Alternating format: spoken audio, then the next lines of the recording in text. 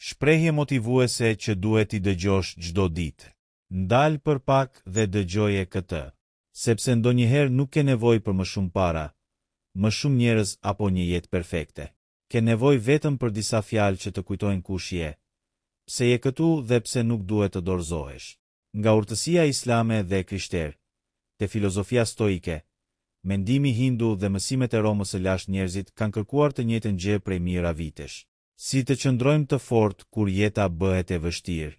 Sot do të dëgjosh disa nga ato fjalë. Dhe ndoshta njëra prej tyre është pikërisht ajo që të duhej të dëgjoje sot. Mos prit që jeta të bëhet e lehtë për të filluar të jesh i fortë. Në traditën islame ekziston një kujtesë e fuqishme. Pas vështirësisë vjen lehtësimi.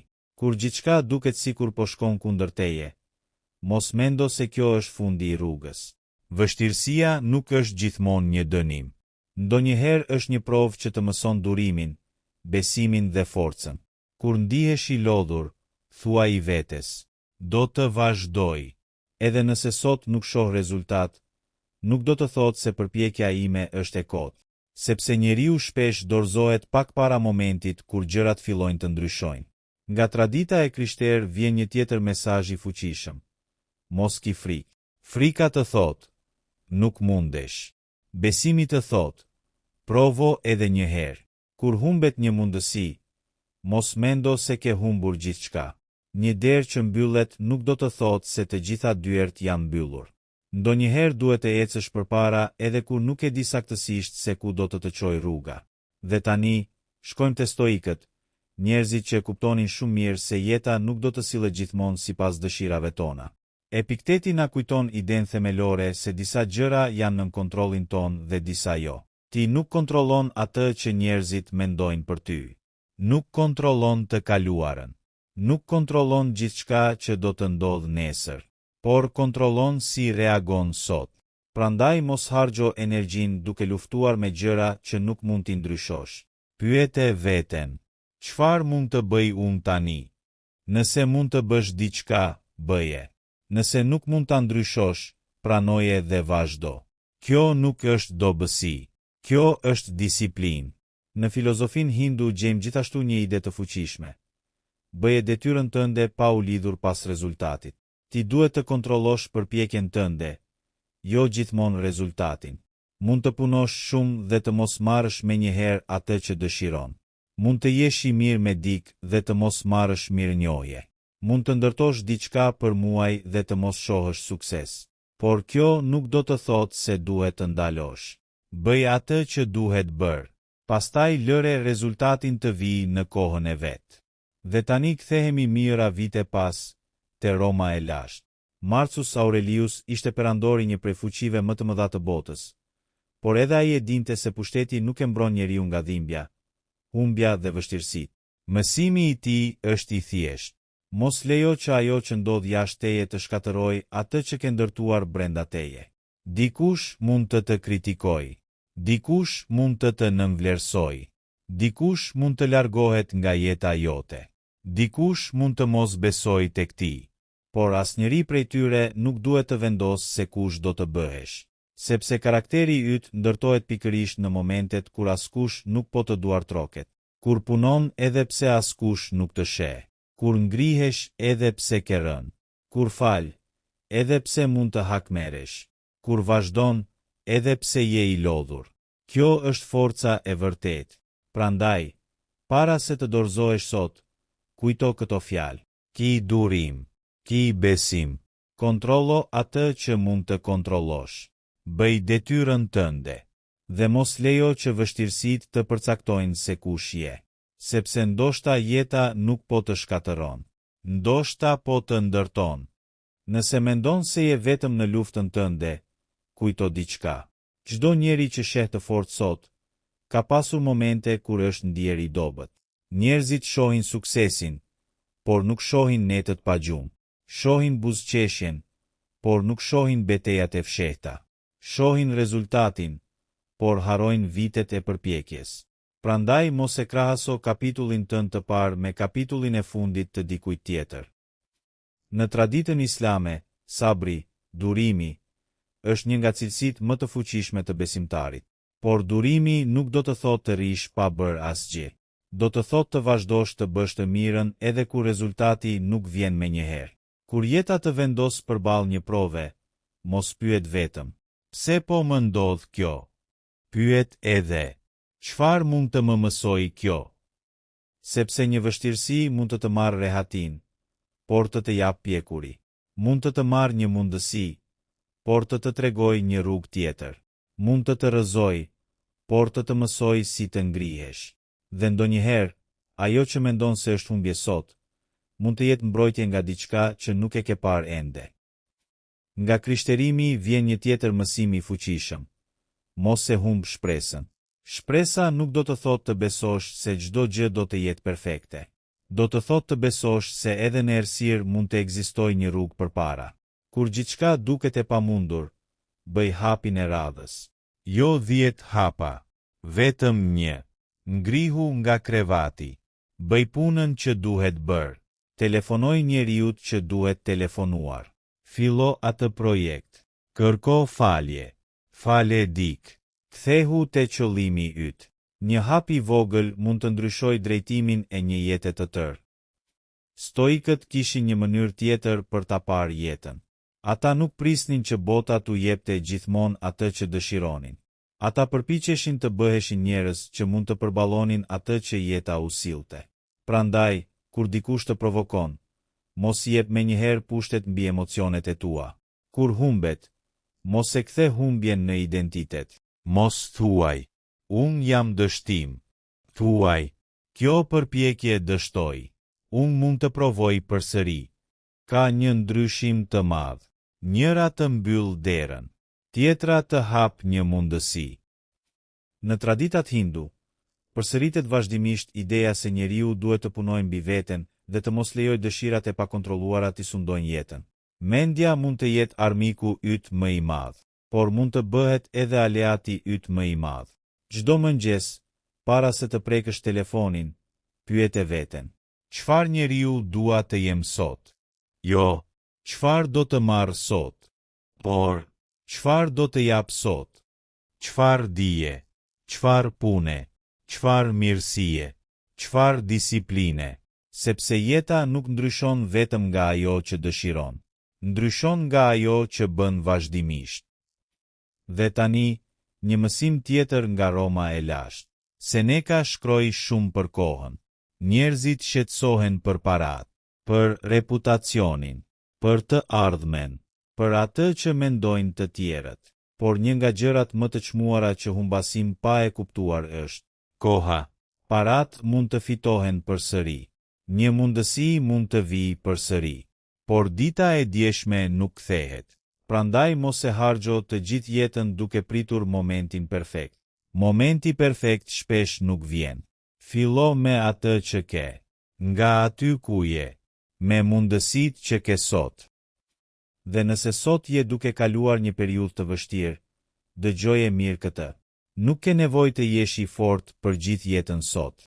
Mjafton të jesh i fortë për këtë ditë. Merr frymë. Qetëso mendjen. Bëj atë që është përpara teje. Pastaj bëj hapin tjetër. Dhe një ditë, kur të shikosh pas, mund të kuptosh se ato ditë që mendove se po të thyenin, ishin pikërisht ditët që po të ndërtonin. Dhe tani, ndoshta mësimi më i rëndësishëm nga të gjitha këto tradita është ky. Mos kërko një jetë pa probleme.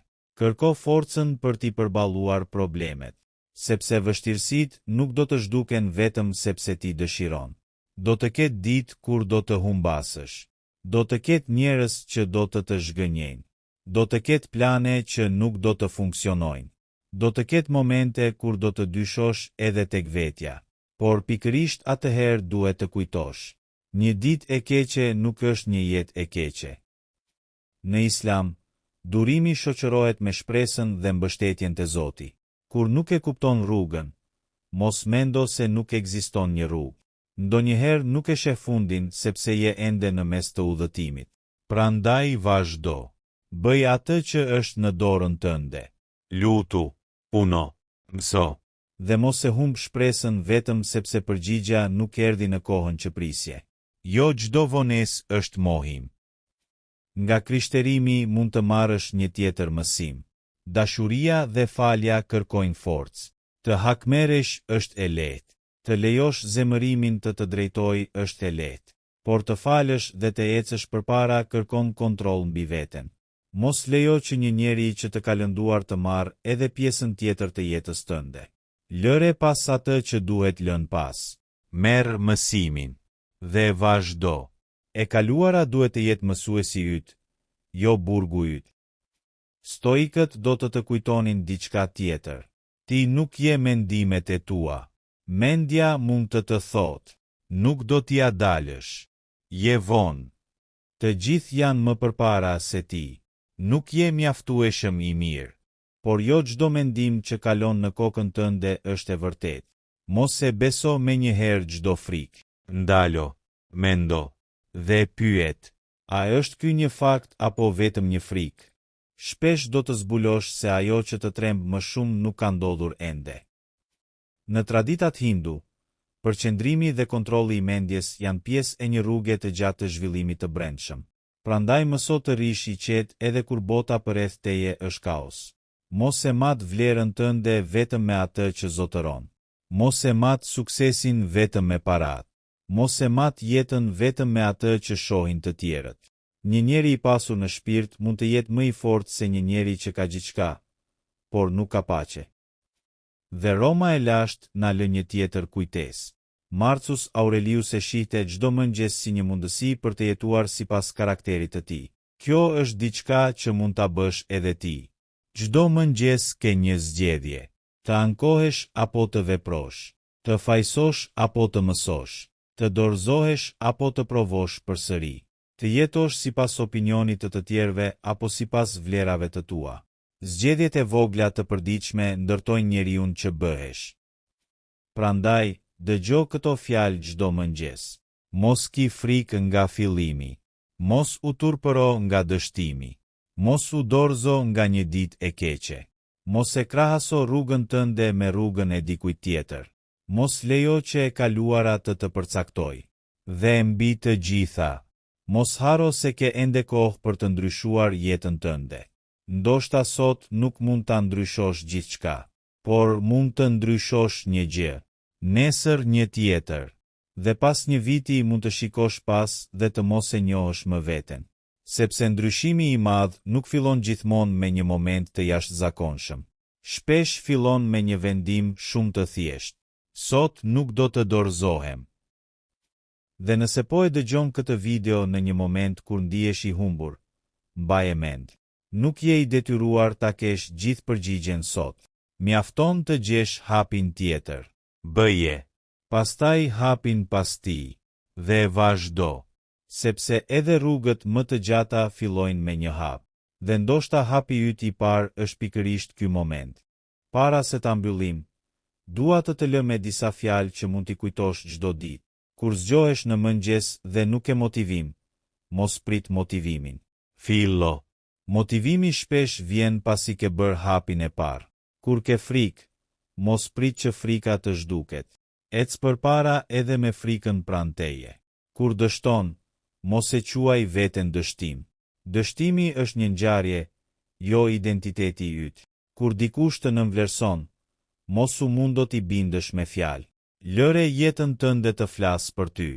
Kur humbet diçka që e doje, lejoje veten të trishtohet, por mos haro të vazhdosh. Sepse jo çdo gjë që humbet duhet të rikthehet.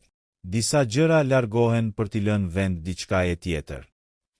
Mësimi nga besimi islam është: ki durim dhe mos e humb shpresën. Mësimi nga krishterimi është: mbaje gjallë dashurinë, faljen dhe besimin. Mësimi nga stoikët është: kontrollo atë që varet prej teje dhe prano atë që nuk varet prej teje.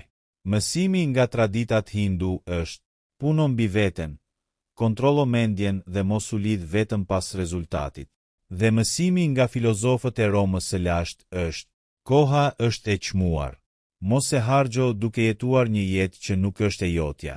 Edhe pse këto tradita janë të ndryshme, mesazhi i tyre mund të takohet në një pikë. Bëhu më i mirë se dje. Jo më i mirë se fqinji. Jo më i pasur se shoku. Jo më i famshëm se dikush tjetër. Më i mirë se versioni yt i djeshëm. Prandaj, duke filluar nga sot, mos u anko për çdo pengesë. Mëso prej saj. Mos u frikso nga çdo humbje. Rritu prej saj. Mos e kërko vlerën tënde te duartrokitjet e të tjerëve. Gjeje brenda karakterit tënd. Mos e shty jetën për një ditë, sepse jeta nuk premton gjithmonë një ditë tjetër. Ke vetëm këtë moment.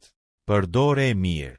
Nëse je lodhur, pusho, por mos u dorëzo. Nëse ke humbur drejtimin, ndalo dhe gjeje përsëri. Nëse ke rënë, ngrihu. Nëse ke gabuar, mëso. Nëse ke lënduar dik, kërko falje. Nëse dikush të ka lënduar, mos e lejo dhimbjen të kthej në një njeri që nuk dëshiron të jesh. Dhe nëse ke një ëndër që ende nuk e ke realizuar, mos e varos vetëm sepse rruga është e vështirë. Mbaje këtë fjali me vete. Unë nuk mund të kontrolloj gjithçka që do të ndodhë, por mund të kontrolloj njeriun që zgjedh të jem. Dhe ndoshta kjo është e gjithë fuqia që të duhet.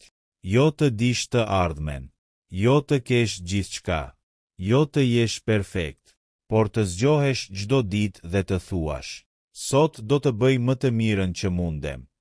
Dhe nesër, ta bësh përsëri, sepse një jetë e madhe nuk ndërtohet brenda një dite. Ndërtohet ditë pas dite.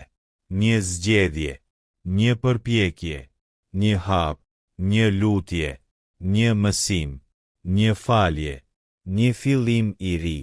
Dhe kur një ditë të shikosh pas, do të kuptosh se nuk ishte një moment magjik që të ndryshoj jetën. Ishte vendimi që more çdo mëngjes për të mos u dorëzuar. Prandaj, nëse sot të duhet vetëm një fjali, mbaje këtë. Vazhdo. Edhe një hap, sepse ndonjëherë një hap i vetëm është gjithçka që të ndan nga një kapitull i ri. Mos u dorëzo. Mos e humb shpresën. Puno mbi veten. Ruaje paqen brenda teje. Dhe mbi të gjitha, jeto në mënyrë që versioni yt i së ardhmes të jetë krenar për personin që zgjodhet të ishe sot. Ky ishte udhëtimi ynë, por për ty udhëtimi vazhdon. Nesër është një tjetër mundësi për të filluar përsëri.